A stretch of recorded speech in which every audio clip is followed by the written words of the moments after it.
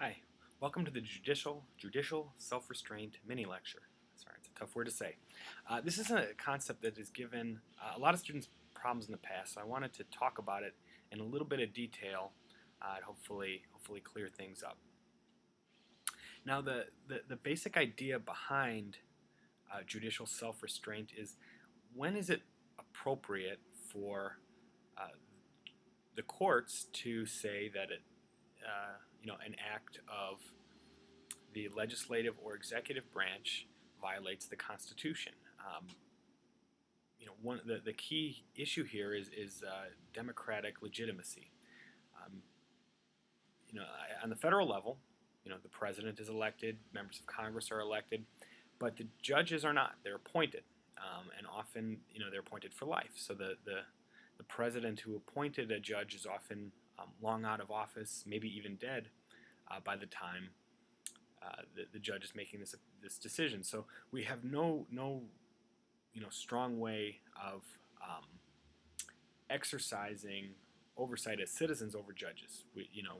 Judges can be impeached for bad behavior, but that very rarely happens.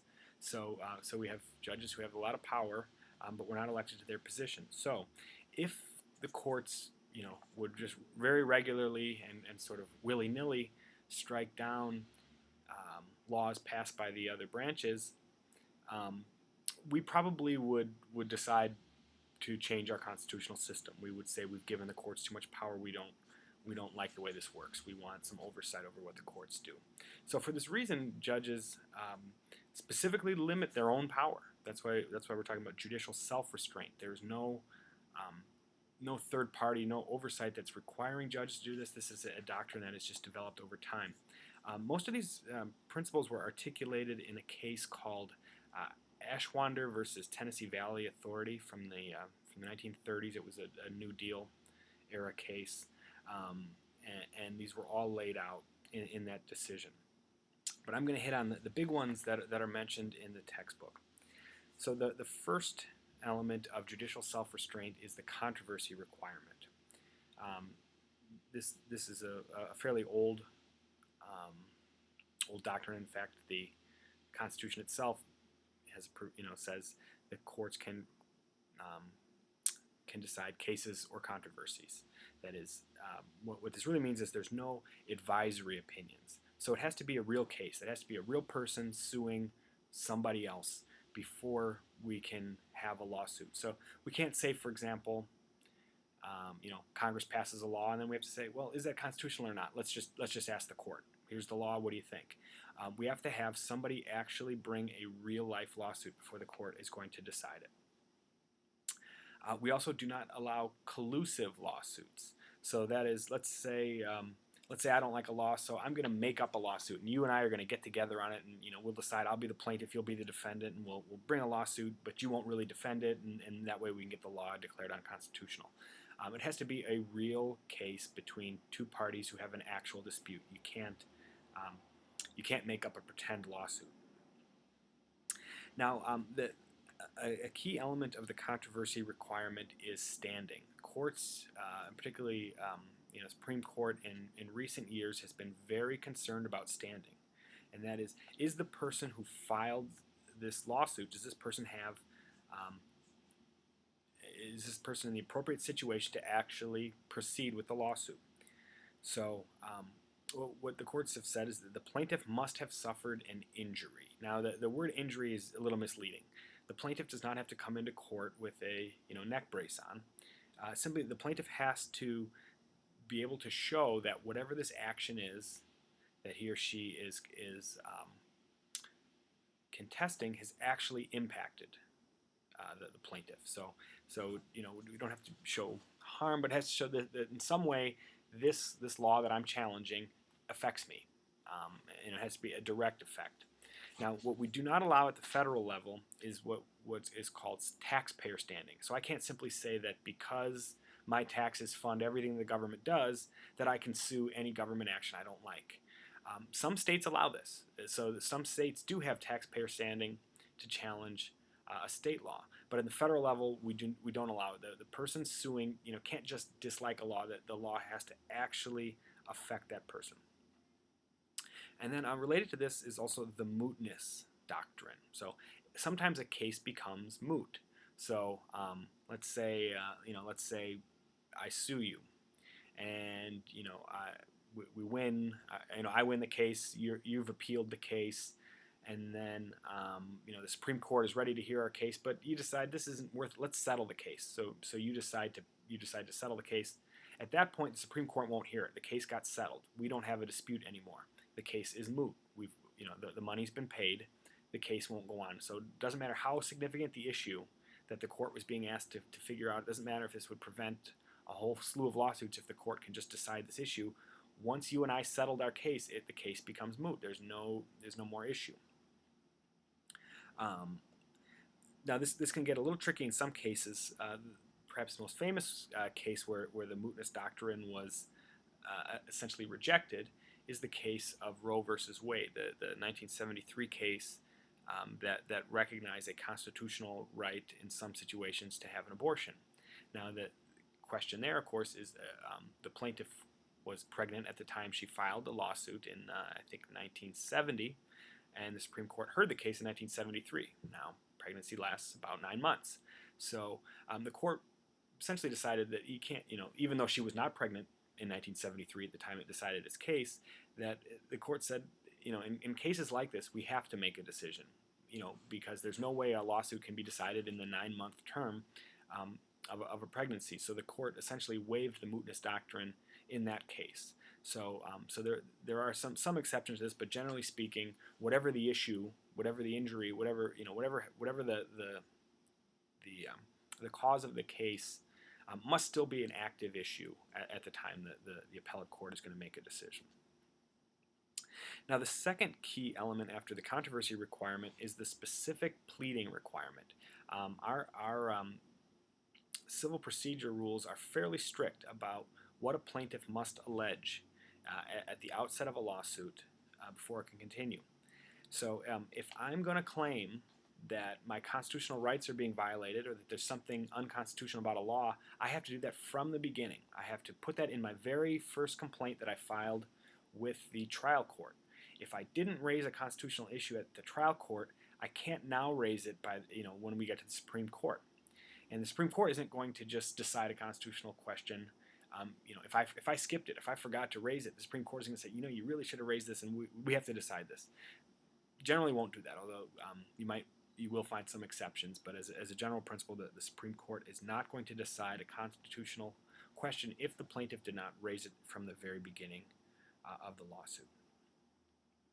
Now, the third major area is a principle that a beneficiary of a law cannot sue to challenge that law. So an example might be, let's say I've decided, I don't want to pay back my student loans, so I'm going to sue and argue that the federal student loan program is unconstitutional. I can't do that because I've already applied for student loans, pocketed the money, spent the money, years ago. I benefited from it. I cannot now claim that the federal student loan program is unconstitutional because I'm a beneficiary of that. A real-life example is the Great Falls Manufacturing case from, I think, 1888. In that case, the government took the plaintiff's property through eminent domain, and then the plaintiff filed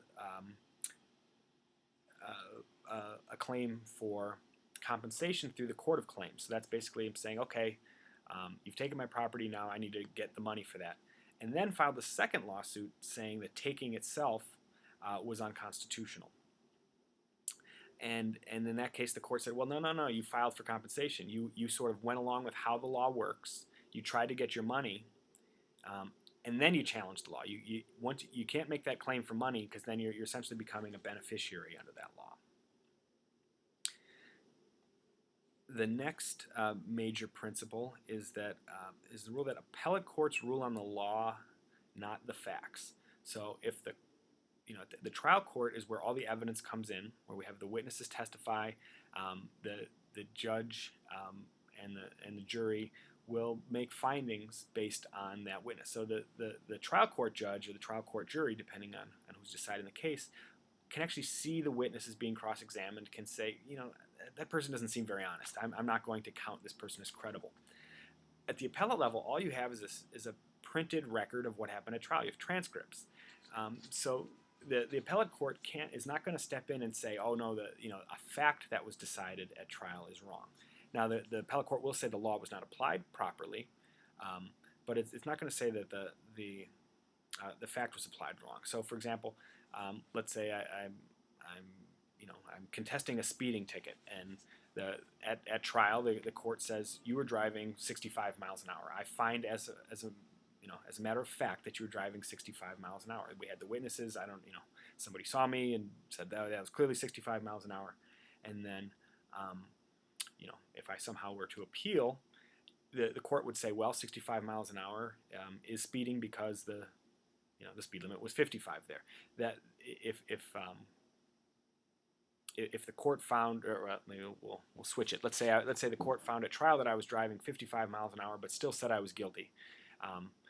On appeal, I could say, well, the speed limit was 55. The court applied the law wrong, that to go 55 miles an hour in a 55 mile an hour zone is not speeding. That would be the law. But the actual finding of how fast I was going, that's a fact. And so the appellate court will not say, oh no, he was actually going 45 or something like that. It's going to say whatever the trial court figured out what actually happened, that's what happened. The appellate court is only going to say, did we apply the law correctly to what happened? Now the next major principle, and I don't know if the text uses this exact term, but it's stare decisis. It's a Latin term, stare decisis, which means let the thing stand, literally. And this is the idea that the Supreme Court will normally follow its own precedent, or any court will generally follow its own precedent. Now, a lower court must follow precedents of higher courts, so everybody has to follow the Supreme Court's precedents. And state trial courts have to follow the precedents of the state Supreme Court, things like that. But a court is not necessarily bound by its own precedents, although it usually will follow them. So if the court ruled one way on an issue, it's not going to change that ruling the next time it has a similar case. Now, but courts do overrule themselves as times change. So, very famous case in Plessy versus Ferguson in the 1890s, the court said that segregation was okay. But then, 60 years later in Brown versus Board of Education, the Supreme Court said, no, you know what, we got that wrong. We're going to overrule ourselves. It took 60 years to do that. That's often the pace we see with these. But sometimes it goes a little bit faster. So, in the 1980s, the Supreme Court ruled that it was okay for a state to to consider homosexuality a crime, to actually punish people who engage in homosexual acts. But in the last 10 years, the court reversed that decision and said, we were wrong, and we now have said that is not possible. It's not permissible for states to punish homosexuality like that. So that was a much shorter window, but a lot had changed between the 1980s and the early 2000s. The next major category is exhaustion of remedies, and this is the idea that I have to make an effort to resolve my case before jumping into the federal courts. So, for example, let's say I have a dispute about Social Security benefits. Before I file suit in federal court, I have to go through the Social Security Administration to do that. I also have to make an effort, if I'm suing somebody, I have to make an effort to say, hey, maybe this person will just pay me if we talk about it. Have I written a demand letter first saying what it is that I want? So you have to make an effort to settle a dispute personally before involving the courts. Now the next category is a really tricky one. This is something that students often have a hard time with, and this is the political question doctrine. Now what it does not mean is that the court will not involve itself in politically sensitive cases. It does all the time. We just had the Supreme Court just decided a challenge to the healthcare reform law. That is a very politically sensitive case. Courts get into that all the time. What it does mean is courts are going to stay out of questions that are better off being resolved through the political process. So, a big case involved, about 100 years old, I think. It involved whether Oregon changed its constitution to allow for referenda and initiatives, so that citizens could actually have on each ballot, they could vote whether they like a law or not, or to vote to enact a law directly, through direct democracy, rather than have it be their elected representatives in the legislature who passed all the laws. And the court said, we don't, that's not an issue for the court to decide. That is for the people of Oregon to handle themselves, to work out through their political process. So, whether laws are passed legislatively or through direct ballot measures like initiatives and referenda is a purely political question. It is not one for the courts to decide.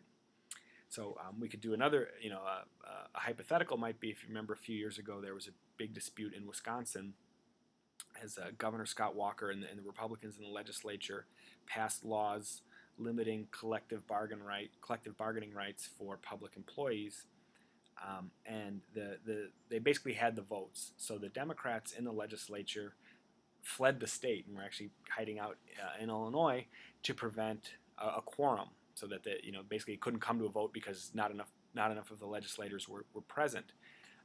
If say Walker and the Republicans had actually sued in federal court, say, to make the Democratic Wisconsin legislators show up to vote on that bill, the court would have almost certainly said, no, this is a political question. This is you guys are fighting out in the legislature to decide what kind of law it is, and this is part of the sausage making of legislation. So we're not going to force members of the legislators show up to vote on something. We'll just let this play out, and the voters will eventually reward or punish whoever they want in this process. Similarly, we might say, right now we have in Illinois, Senator Mark Kirk is recovering from a stroke and has not been attending to Congress. As I'm recording this, Congressman Jesse Jackson Jr. is undergoing some sort of mysterious medical leave and is not showing up in Congress. So if I decide that, say, as a citizen of Illinois, that I want my representatives to be working for me and showing up in Congress, so I'm going to sue to say, send those two guys, those guys have to start showing up, or you should remove them from office or something like that. The court would say this is not a question that we're going to resolve, whether they should be showing up or whether they could be removed. There's the impeachment process, or there's simply the legislative process that we can elect. We can vote against these guys next time it comes up, but it's not going to be for the court to decide whether somebody who's not showing up every day in Congress should be removed or something like that. That is a political question. So generally speaking, questions about how laws are made or how elections are run historically fall in this category. But in the last 50 years, that's changed a bit because we've had questions about legislative districts that have involved representation of minority groups, which starts to raise constitutional questions under the 13th and 14th Amendments. So courts have now started getting involved in issues of legislative redistricting, and has generally gone with they want equal sized legislative districts, and will get involved where race-based electoral discrimination is alleged. But this is a fairly new doctrine. Now, the next major principle that judges will follow is that the burden of proof is on the plaintiff. So this is, if I'm challenging a law, if I'm saying a law is unconstitutional, it's up to me to prove that it is. It's not, we're not going, they're not going to start asking the government to provide reasons why the law is constitutional. That's presumed. It's the plaintiff's job to make the case that it's not. There is exception in cases involving classifications by race or gender. So if the law specifically treats people differently because of these suspect classifications, race and gender, then the burden is on the government to prove why it is constitutional or not. So if government is going to pass a law saying that who knows, something where white people are treated one way and black people are treated another, that would certainly be that would certainly be something the government would have to offer proof why that is a constitutionally permissible system. Now, the next major principle is that laws should be overturned on the narrowest grounds possible. So, or should be even, I guess, decided on the narrowest grounds possible. So, the judges have a lot of tools in their arsenal. I mean, the sort of the big hammer that they have is they could say this entire law is unconstitutional, it won't be applied. They almost never do that. What they generally do will find a very narrow statutory ground, if possible, to strike down a law. So an example of this would be the case Gregory versus Ashcroft from 1991, and this involved a Missouri constitutional provision that said judges had to retire at age 70. So this is built into the Missouri Constitution. That was one of the provisions governing their judges, is that they had to retire at age of 70. Now, a few years before that, the federal government had passed the the Age Discrimination in Employment Act, which basically said that in most cases you cannot have mandatory retirement ages. Now, what the court did is it interpreted the federal ADEA, the Age Discrimination Employment Act, and said that, well, because Congress did not specifically mention judges, state judges in its language, then we'd think that it didn't mean for the ADEA to apply to state judges. So in this case, we'll say that what basically happened is the Missouri constitutional provision that had mandatory retirement was upheld. It still remains law, and the federal law that said, that says you can't have mandatory retirement provisions also was upheld. So the Congress didn't strike down either law; it just interpreted the federal law so as to not cover this particular situation that came up, and avoiding a fairly major constitutional conflict then between a state constitutional provision and federal law.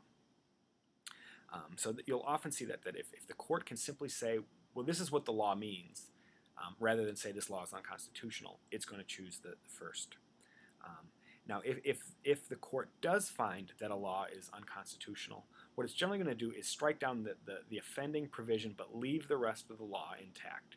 So that was another thing that came up in the healthcare reform bill. Now, the court ended up saying that the law was not unconstitutional, but there was a lot of briefing about the sole issue of this individual mandate was, that was the provision that was sort of targeted as unconstitutional. And if the court had struck down the individual mandate, it likely would have left all of the other parts of the law intact, although you never know. They did have a considerable argument about that, but that would have been the sort of judicial self-restraint exercise to simply say if the individual mandate is unconstitutional, that doesn't mean everything else in that 1,000 page statute is also unconstitutional.